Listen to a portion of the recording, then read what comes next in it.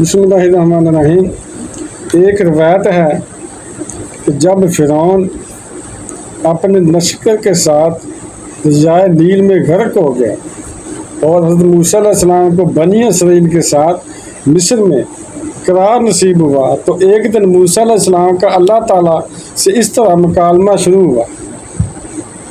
حضرت موسیٰ علیہ السلام نے کہا، خداوند، تیرے بندوں میں سب سے زیادہ تجھ کا محبوب کون سا بندہ ہے؟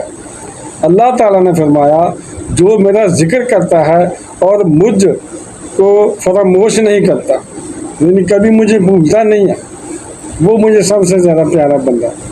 حضرت موسیٰ علیہ السلام نے کہا، سب سے بہتر کرنے والا کون ہے؟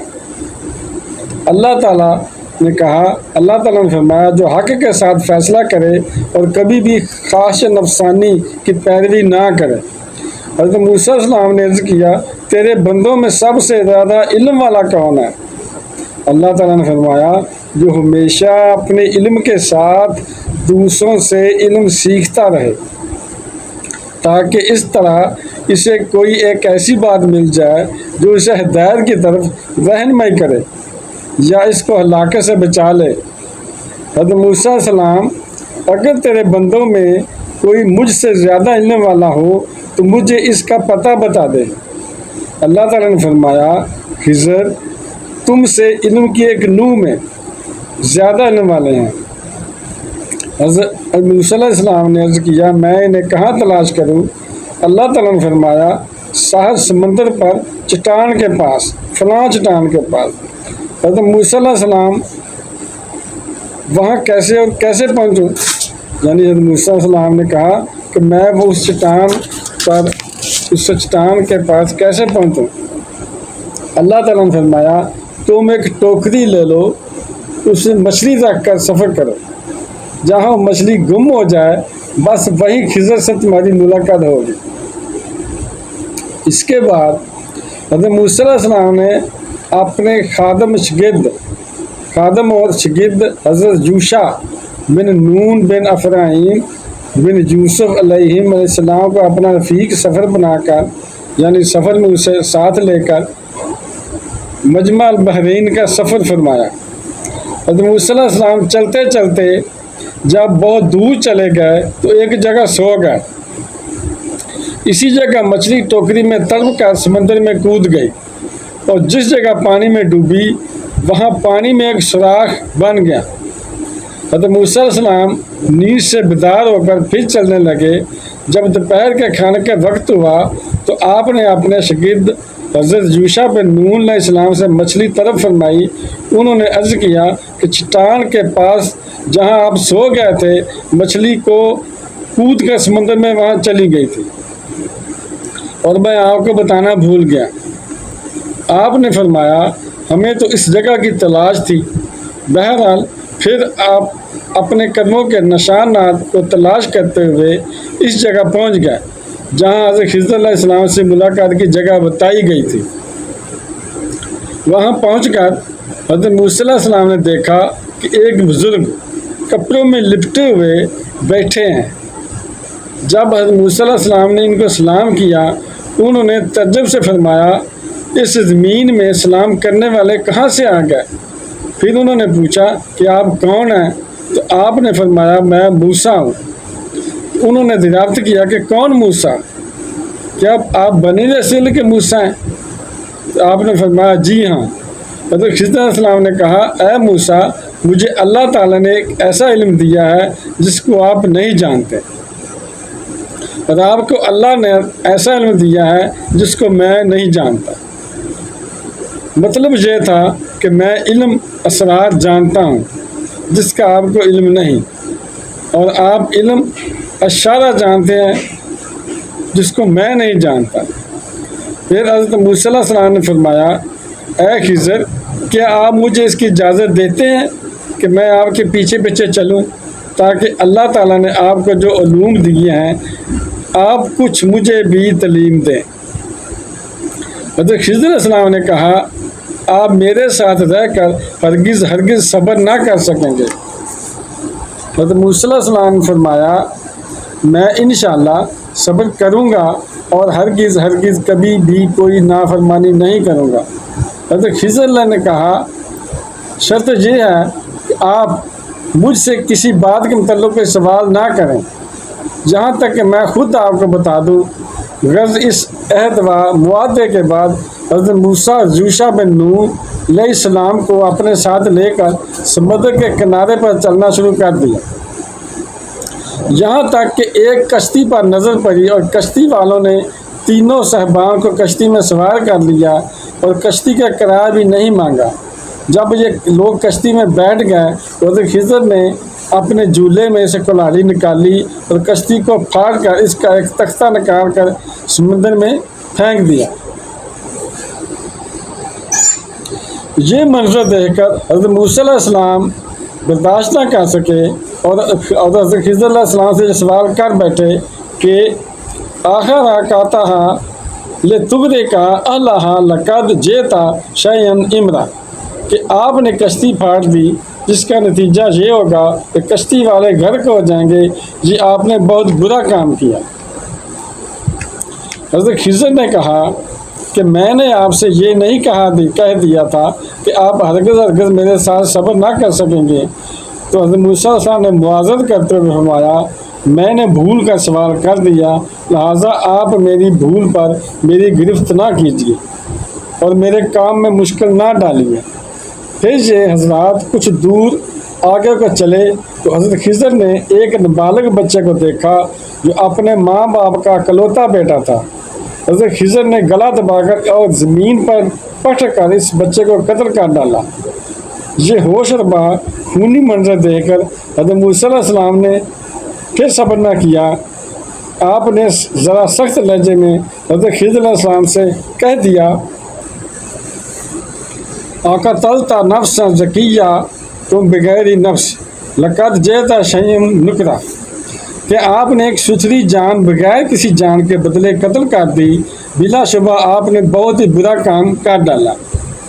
حضرت خضر علیہ السلام نے پھر یہی جواب دیا کہ کیا میں نے آپ سے یہ نہیں کہہ دیا تھا کہ آپ ہرگز میرے ساتھ صبر نہ کر سکیں گے؟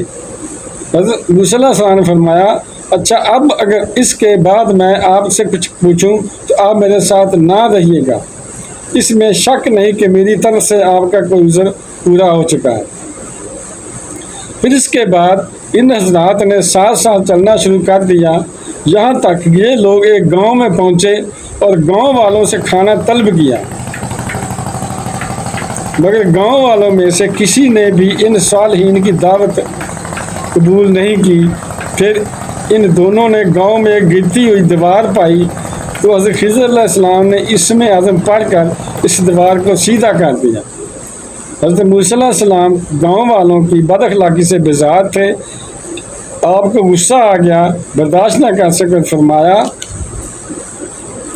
لو شئت لاتخذت علیہ اجرا، اگر آپ چاہتے تو اس کام کی مزدوری لے لیتے، یعنی دیوار جو آپ نے بنائی ہے گری ہوئی اس کی مزدوری لے لیتے اور ہم کچھ کھانا کھا لیتے، کیونکہ گاؤں والوں نے ہمیں کچھ نہیں دیا کھانے کو۔ یہ سن کر حضرت خضر علیہ السلام نے کہہ دیا کہ اب میرے اور آپ کے درمیان جدائی ہے، اور جن چیزوں کو دیکھ کر آپ صبر نہ کر سکے ان کا راز میں آپ کو بتا دوں گا، یعنی میں نے آپ کو کہا تھا کہ آپ میرے ساتھ سفر کریں گے تو صبر نہ کریں گے، تو آپ نے بار بار مجھ سے چیزیں پوچھی، تو اب میں ان کا راز بتاتا ہوں۔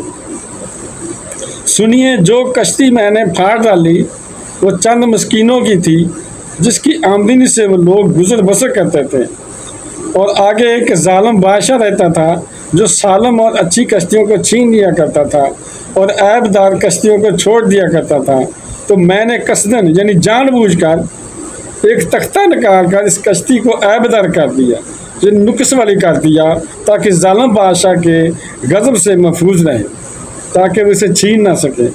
اور جس طرح لڑکے کو میں نے قتل کر دیا، اس کے والدین بہت نیک اور صالح تھے اور یہ لڑکا پرتعیشی کافر تھا، اور والدین اس لڑکے سے بے پناہ محبت کرتے تھے اور اس کی ہر خواہش پوری کرتے تھے، تو ہمیں یہ خوف اور خطرہ نظر آیا کہ وہ لڑکا کہیں اپنے والدین کو کفر میں مبتلا نہ کر دے، اس لیے میں نے اس لڑکے کو قتل کر کے اس کے والدین کو کفر سے بچا لیا۔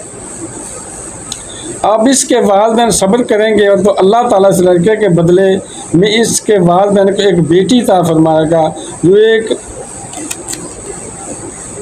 بیائی جائے گی، اس کے شکم سے ایک نبی پیدا ہوگا جو ایک امت کو ہدایت کرے گا۔